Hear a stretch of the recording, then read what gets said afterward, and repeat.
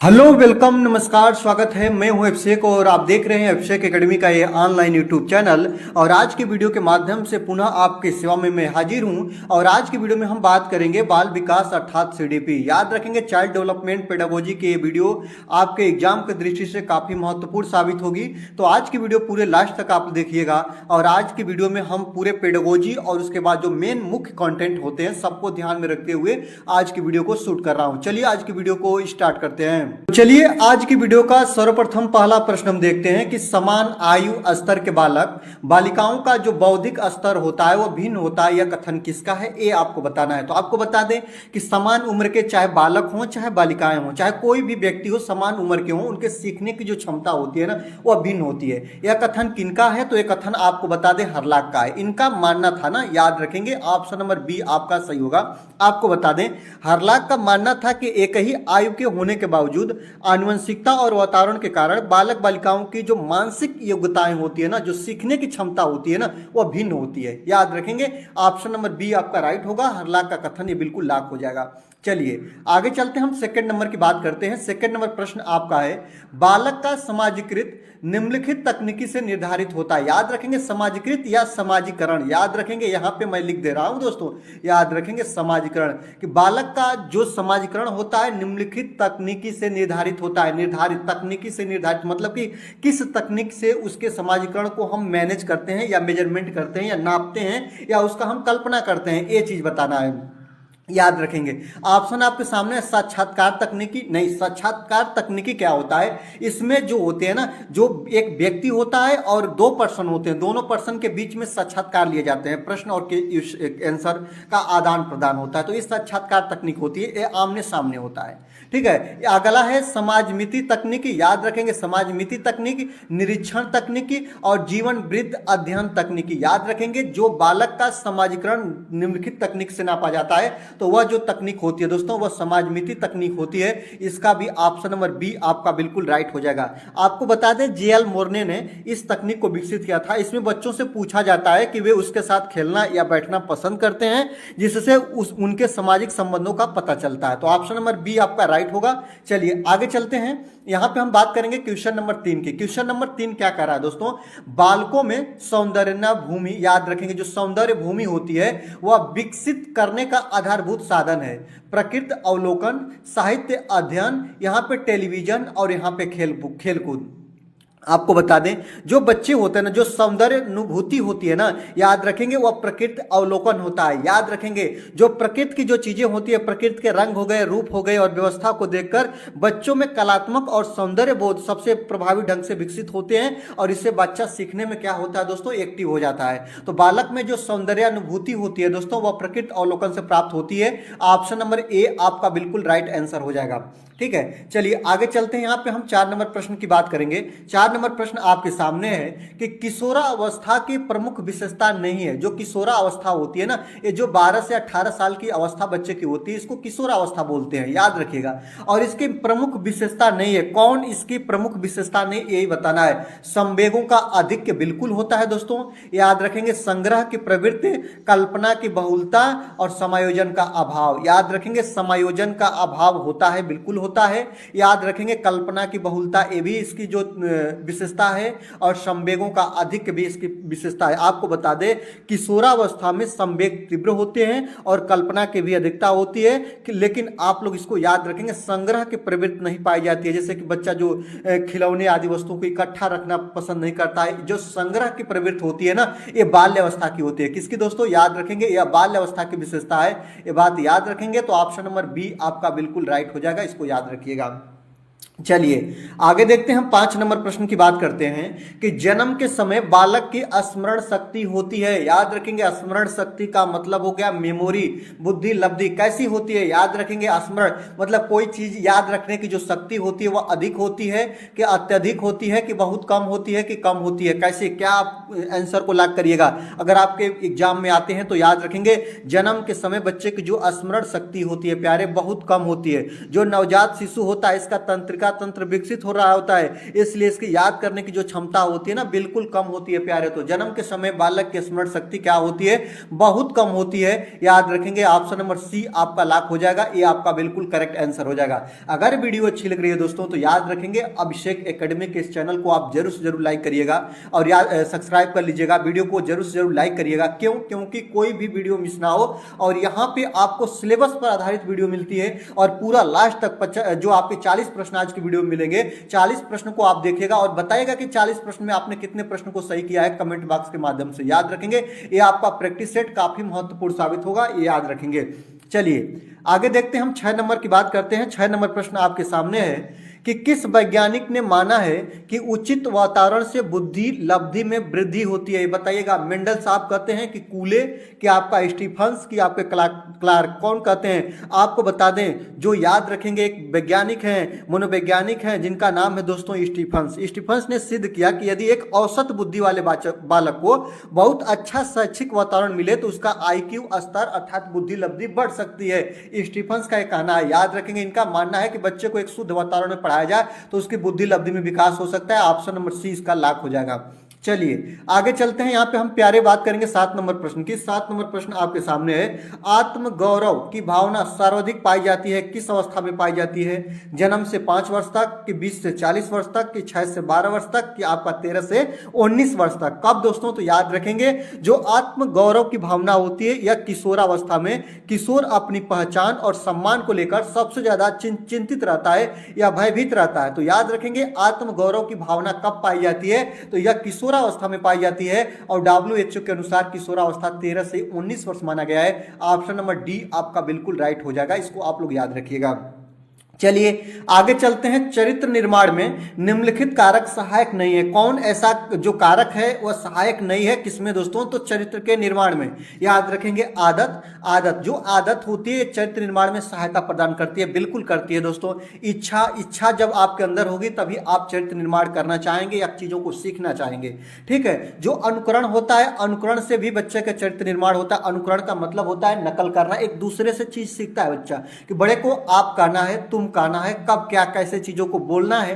तो बच्चा चीजों को अनुकरण कर करके सीखता है, समाज से अनुकरण करता है, माता पिता, मम्मी, भाई बहन, परिवार, आस पड़ोस, सबसे चीजों को अनुकरण कर करके चीजों को सीख लेता है। लेकिन याद रखेंगे चरित्र निर्माण में कौन सहायक नहीं है दोस्तों? तो निर्देश देना सहायक नहीं होता है। ऑप्शन नंबर डी आपका बिल्कुल राइट आंसर हो जाएगा इसका। अगर आपने ऑप्शन नंबर डी सोच रहे हैं तो बिल्कुल सही है आपका आंसर। चलिए आगे देखते हैं, क्वेश्चन नंबर 9 की हम बात करते हैं दोस्तों।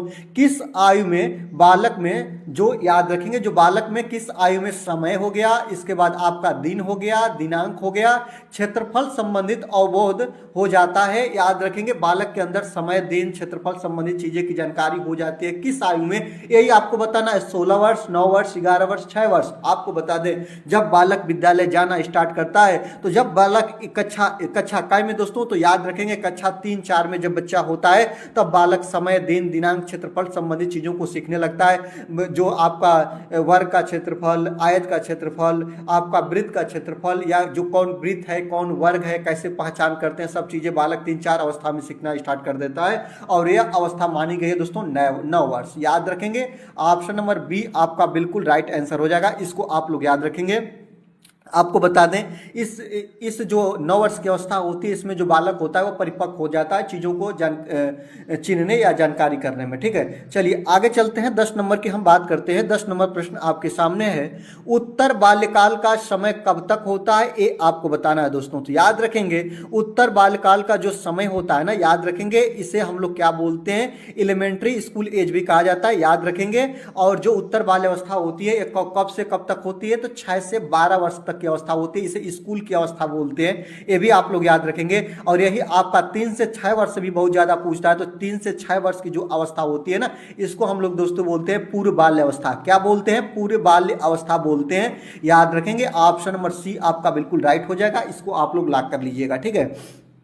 चलिए आगे चलते हैं दोस्तों। आपसे कहते चलेंगे कि लाइक करने में थोड़ा भी समय स्पेंड नहीं होता है और वीडियो को लास्ट तक देखना चाहिए। यहाँ पे आप लोग चीज़ें जितनी सीखे हैं उस आधार पर आपको प्रैक्टिस करना है और जितने भी प्रश्न हैं काफ़ी लेवल के प्रश्न होते हैं, फंसाऊ प्रश्न नहीं होते हैं, सिलेबस के आधारित पर प्रश्न चूज किया जाता है और काफ़ी अच्छा प्रश्नों का कलेक्शन होता है। तो इसलिए पूरी वीडियो को लास्ट तक देखिएगा। और 11 नंबर प्रश्न की तरफ चलते हैं। देखते हैं कि जिस आयु में बालक की मानसिक योग्यता का लगभग पूर्ण विकास हो जाता है वह कौन सी आयु मानी जाती है। तो याद रखेंगे बाल विकास में यह जो आयु है ना, जहां पे बच्चे का अधिकांश मानवविज्ञान वैज्ञानिक मानते हैं कि जो 14 से 16 वर्ष की आयु होती है ना, इस आयु में बच्चे के सोचने और समझने की जो क्षमता होती है ना, अपनी चरम सीमा तक विकसित हो जाती है। याद रखिएगा, इस बात को ध्यान रखिएगा। जो 14 से 16 वर्ष की अवस्था मानी जाती है, याद रखेंगे। तो यहाँ पे आपका 14 वर्ष है तो बिल्कुल यही राइट आंसर हो जाएगा। ऑप्शन नंबर ए आपका लॉक हो जाएगा, क्योंकि जो 14 से 16 वर्ष की जो अवस्था होती है, यहाँ पे बालक के अंदर जो सोचने समझने का मतलब मानसिक विकास पूर्ण रूप से विकसित मान लिया जाता है। तो ऑप्शन नंबर ए आपका लॉक कर लीजिएगा, ये राइट हो जाएगा। चलिए आगे देखते हैं, हम 12 नंबर प्रश्न की बात करते हैं। 12 नंबर प्रश्न आपके सामने है कि निम्नलिखित अवस्था में प्रायः बालकों का आकर्षण समलिंगी के प्रति होता है, ये बात बताइएगा दोस्तों। ये बहुत आपके लिए इंपॉर्टेंट है और प्रश्न को ध्यान से पढ़िएगा। प्रौढ़ावस्था में, शैशवावस्था में, बाल्यावस्था में और किशोरावस्था में आपको बता दें जो समलिंगी आकर्षण होता है, मतलब बालक बालिकाओं के बीच जो संबंध होते हैं उसकी बात कर रहा है दोस्तों। तो यह जो अवस्था होती है ना, ये बाल्यावस्था होती है। आपको बता दें बाल्यावस्था विशेषकर जो उत्तर बाल्यावस्था होती है ना, इसमें लड़के और लड़कियों के साथ और लड़कियां लड़कियों के समूह में रहना पसंद करती हैं, नहीं रहना पसंद करती है, ये बात को याद रखेंगे। तो जो लड़के होते हैं वो लड़कों के ही ग्रुप में और जो लड़कियां होती हैं वो लड़कियों के ही ग्रुप में रहना पसंद करती हैं। और इसका जो बिल्कुल करेक्ट आंसर होगा वो बाल्यावस्था होगा। और यहाँ पे अगर उत्तर बाल्यावस्था होता, याद रखिएगा उत्तर बाल्यावस्था होता, तभी भी आप लोग इसको सही मानिएगा। और बहुत जगह पे ऐसा कहता है ना, याद रखेंगे। ये प्रश्न में ऑप्शन आपका नहीं देगा, मैंने पढ़ा हूं एक दो चीजें जगह पे ये भी प्रश्न बना है ना कि कहां पे समलिंगी आकर्षण के प्रति बच्चा मतलब देखा जाता है। तो याद रखेंगे पूर्व बाल्यावस्था, जब पूर्व किशोरावस्था, जब किशोरावस्था के जो स्टार्टअप एज होती है ना, वहां पे समलिंगी आकर्षण पाए जाते हैं। तो ये भी चीज को याद रखिएगा।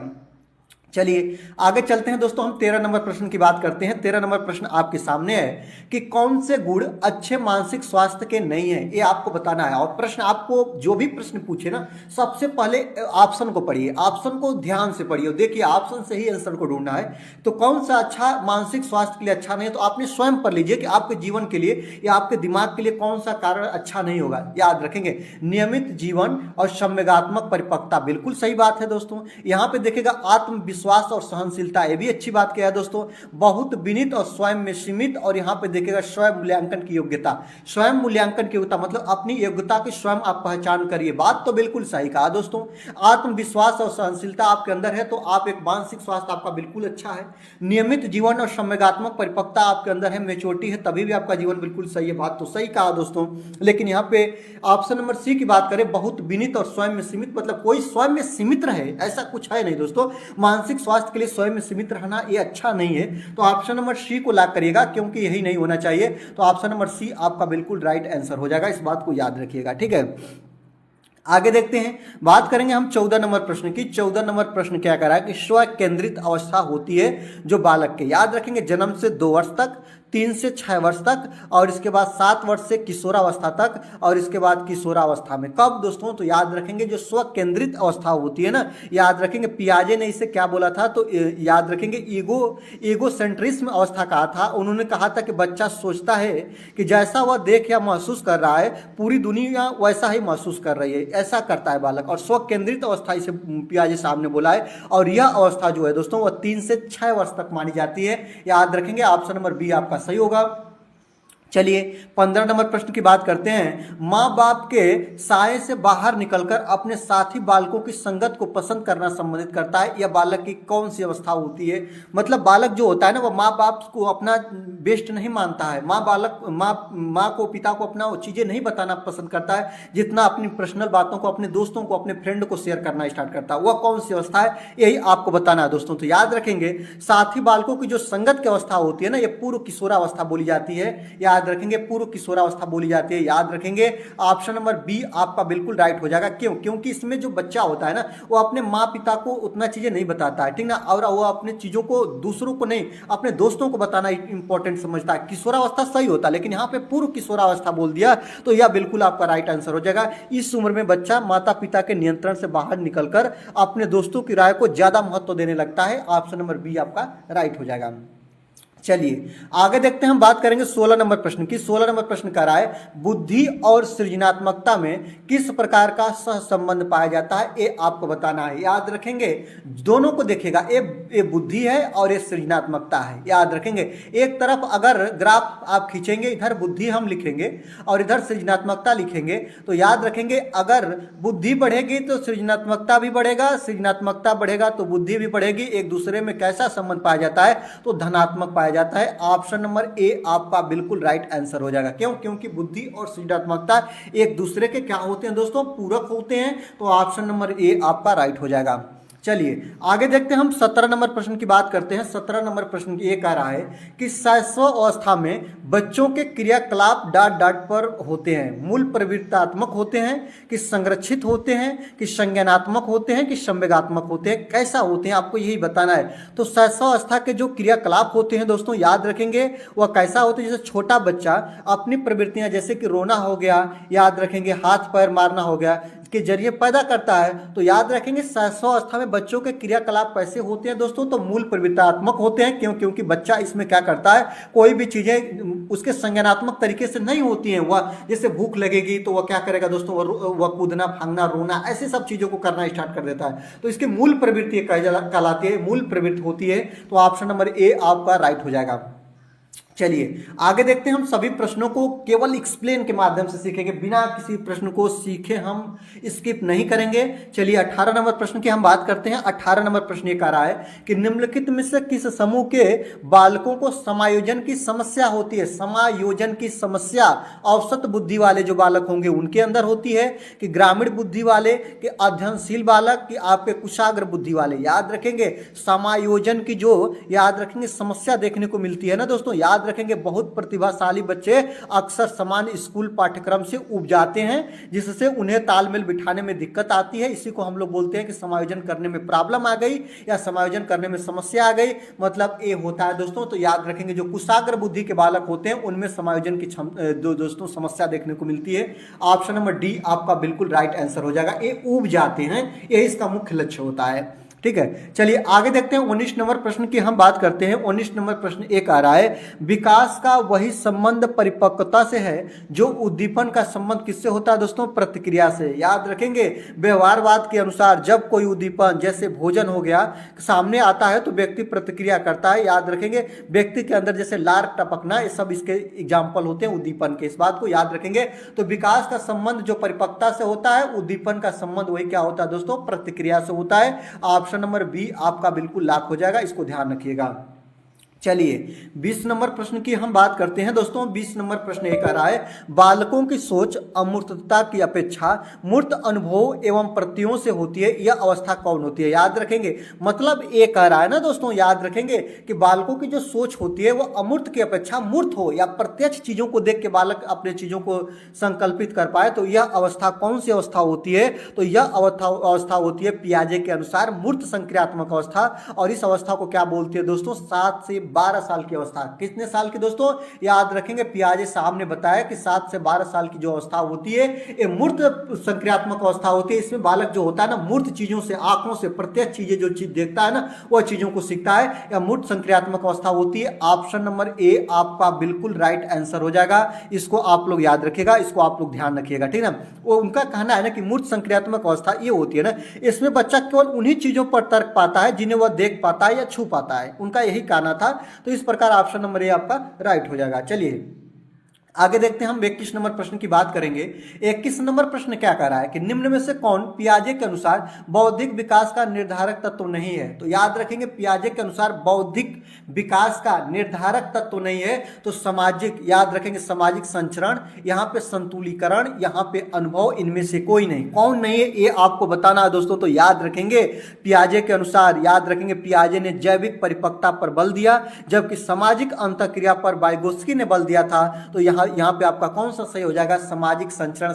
सामाजिक जो चीजें है ना दोस्तों, याद रखेंगे यह वाइगोत्स्की, याद रखेंगे वाइगोत्स्की साहब ने इस पर अपना विचार दिया था, इन्होंने नहीं दिया था। इसलिए आपका बौद्धिक विकास का निर्धारक किनको नहीं माने थे पियाजे ने, तो याद रखेंगे ऑप्शन नंबर ए सही हो जाएगा, सामाजिक संचरण को। ये बात को याद रखिएगा। चलिए यहाँ पे अब हम बात करेंगे 22 नंबर प्रश्न की। 22 नंबर प्रश्न क्या कह रहा है कि जिन इच्छाओं की पूर्ति नहीं होती है उनमें से भंडार गृह किसका है, यही आपको बताना है दोस्तों। तो याद रखेंगे मैं आपको हर एक चीज़ों को बिल्कुल ध्यान तरीके से बता रहा हूँ और आपको मैं बता दूँ सिगमंड फ्रायड के अनुसार, याद रखेंगे सिगमंड फ्रायड ने बताया कि मनोविश्लेषणवाद के अनुसार, याद रखेंगे इदम, अहम और परम अहम जो चीज़ें होती हैं दोस्तों ये आपके इच्छाओं की पूर्ति जैसे चीज़ों से निर्धारित होती हैं। और याद रखेंगे मैं आपको कई बार इस चीज़ों को बताऊं कि इच्छाओं का भंडार गृह क्या होता है, तो इदम होता है। याद रखेंगे, अगर नहीं जानते हैं तो जान जाइए इच्छाओं का भंडार गृह क्या होता है, इदम होता है। और इसके बारे में आपको बता दूं, याद रखेंगे सिगमंड फ्रायड के अनुसार हमारी वे इच्छाएं जो समाज के डर से पूरी नहीं हो पाती वे इदम में दबी रह जाती है, उनका एक कहना था। ऑप्शन नंबर ए आपका बिल्कुल राइट आंसर हो जाएगा। चलिए 23 नंबर प्रश्न की हम बात करेंगे। बालक, याद रखेंगे बालक के सामाजिक विकास में सबसे महत्वपूर्ण कारक कौन सा होता है, ये आपको बताना है। सामाजिक विकास में, सोशलाइजेशन में, याद रखेंगे व्यवहार के परिवर्तन में कौन सा जो चीज होता है सबसे बेस्ट अहम रोल अदा करता है। जो ऑप्शन है आपके जातिवाद होगा कि आनुवंशिकता होगा कि वातावरण होगा कि विद्यालय होगा। आपको बता दें इस बात को बिल्कुल याद रखिएगा, बच्चा जिस समाज और परिवेश में रहता है वैसा ही उसका सामाजिक व्यवहार विकसित होता है। ये बात आप लोग बिल्कुल तरीके से जानते हैं, ये वाइगोत्स्की साहब बताए थे कि बच्चा समाज से सीखता है। तो बालक के सामाजिक विकास में सबसे महत्वपूर्ण कारक किसका होता है दोस्तों, तो उसके समाज का होता है, उसके वातावरण का होता है। ऑप्शन नंबर सी आपका बिल्कुल राइट हो जाएगा। चलिए आपसे रिक्वेस्ट करेंगे दोस्तों कि अभिषेक एकेडमी के इस चैनल पर आप अभी तक आप नए हैं तो इस चैनल को आप लोग सब्सक्राइब कर लीजिएगा। अगर वीडियो अच्छी लग रही है आपको तो वीडियो को लाइक कर दीजिएगा। अगर अभी तक आप वीडियो में बने हुए हैं, ऐसे ही वीडियो का आप एक्सप्लेन तरीके से सीखना चाहते हैं तो आप हमारे टीम का हिस्सा बनिए। आपको बिल्कुल चीज़ों को अच्छा तरीका से सिखाया जाएगा और अंतिम समय तक जब आप एग्जाम हॉल में बैठेंगे तो बिल्कुल आपको अपने आप पर भरोसा दिखेगा। चलिए 24 नंबर प्रश्न की हम बात करते हैं। 24 नंबर प्रश्न एक आ रहा है कि लड़कियों में बाह्य परिवर्तन किस अवस्था में होने लगता है, मतलब लड़कियों के शेप में परिवर्तन। याद रखेंगे उनके शेप में परिवर्तन कब देखने को मिलता है, याद रखेंगे उनके अंदर मेच्योरिटी कब पाई जाती है। आपको मैं बता दूं दोस्तों, याद रखेंगे लड़कियों में बाह्य परिवर्तन कब देखना स्टार्ट करता है, तो याद रखेंगे उनके शरीर में बदलाव जैसी समस्या, बदलाव जैसी चीज़ों को आप लोग अनुभव करेंगे या नोटिस करेंगे। लड़कियों के बीच में जो लोग आप लोग देखते भी होंगे तो लड़कियों में जो बाह्य परिवर्तन होता है, जो उनके शेप में परिवर्तन होता है या उनके शारीरिक बनावट में बदलाव होता है वह किशोरावस्था में होता है। याद रखेंगे यह आपका ऑप्शन नंबर सी आपका बिल्कुल राइट हो जाएगा। आगे देखते हैं 24 नंबर प्रश्न की हम बात करेंगे कि भाषा विकास के क्रम में अंतिम क्रम क्या है, यही आपको बताना है दोस्तों। तो याद रखेंगे ध्वनि पहचानना, ध्वनि का उच्चारण करना, शब्दोच्चारण करना, भाषा विकास की पूरा अवस्था। याद रखेंगे आपको मैं बता दूं भाषा विकास के क्रम में जैसे ध्वनि पहचानने की बात कही हो, ध्वनि उच्चारण की बात कही हो, शब्द उच्चारण की बात कही हो, ये सभी आगे के क्रम होते हैं। सबसे बाद में क्या होता है भाषा विकास की पूरा अवस्था, जब बच्चा भाषा विकास को पूर्ण रूप से विकसित उसके अंदर हो जाती है तो इसी को हम बोलते हैं भाषा विकास की पूरा अवस्था बालक के अंदर आ गई। तो ऑप्शन नंबर डी आपका बिल्कुल सही हो जाएगा, क्योंकि भाषा विकास के अंतिम अवस्था से पहले की अवस्थाएं सभी है। तो ऑप्शन नंबर डी आपका बिल्कुल राइट हो जाएगा। चलिए आगे देखते हैं हम 25 नंबर प्रश्न की बात करते हैं। भाषा विकास के विभिन्न अंग कौन से हैं, अक्षर ज्ञान, सुनकर भाषा समझना, ध्वनि उत्पन्न करके भाषा उत्पन्न करना, उपयुक्त सभी कौन होगा। तो भाषा विकास के जो विभिन्न अंग होते हैं, अक्षर ज्ञान करना भी होता है, सुनकर भाषा को समझना भी होता है, याद रखिएगा, और यहाँ पे ध्वनि उत्पन्न करके भाषा उत्पन्न करना ये भी होता है। तो उपयुक्त सभी के साथ जाएंगे, ऑप्शन नंबर डी आपका बिल्कुल राइट हो जाएगा। चलिए आगे चलते हैं दोस्तों, हम 26 नंबर नंबर प्रश्न की बात करते हैं। 26 नंबर प्रश्न ये कह रहा है कि विकासात्मक बाल मनोविज्ञान का जनक किसे बोला जाता है। याद रखेंगे, आपको बता दूं, याद रखेंगे जो आधुनिक जनक, याद रखेंगे विकासात्मक मनोविज्ञान के जो जनक या आधुनिक जनक की भी बात करें तो जीन पियाजे। इन्होंने बच्चों के मानसिक विकास का चरणबद्ध अध्ययन किया था, इसलिए विकासात्मक बाल मनोविज्ञान का जनक किनको बोलते हैं तो जीन पियाजे को बोलते हैं। इन्होंने 4 अवस्थाओं का वर्णन किया। ऑप्शन नंबर सी आपका बिल्कुल लॉक हो जाएगा।